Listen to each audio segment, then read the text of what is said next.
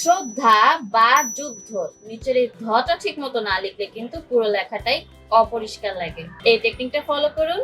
দয় ধ এই যুক্ত বর্ণটি লেখার জন্য আমরা প্রথমে এটি মাত্রা দিয়ে নিব।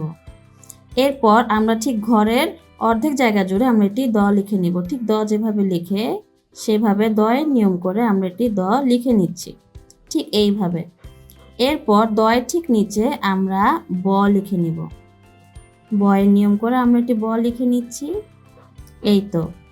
এরপর বয়ের যে দ্বিতীয় দাগটা আছে এই দাগটা থেকে আমরা কিছুটা উপরে এভাবে উঠিয়ে দিলাম, ঠিক এইভাবে।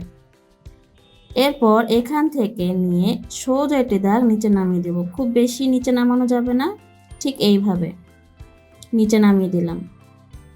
এই তো আমাদের দয় ধ যে যুক্ত বর্ণটি সেটি লেখা কিন্তু হয়ে গেল।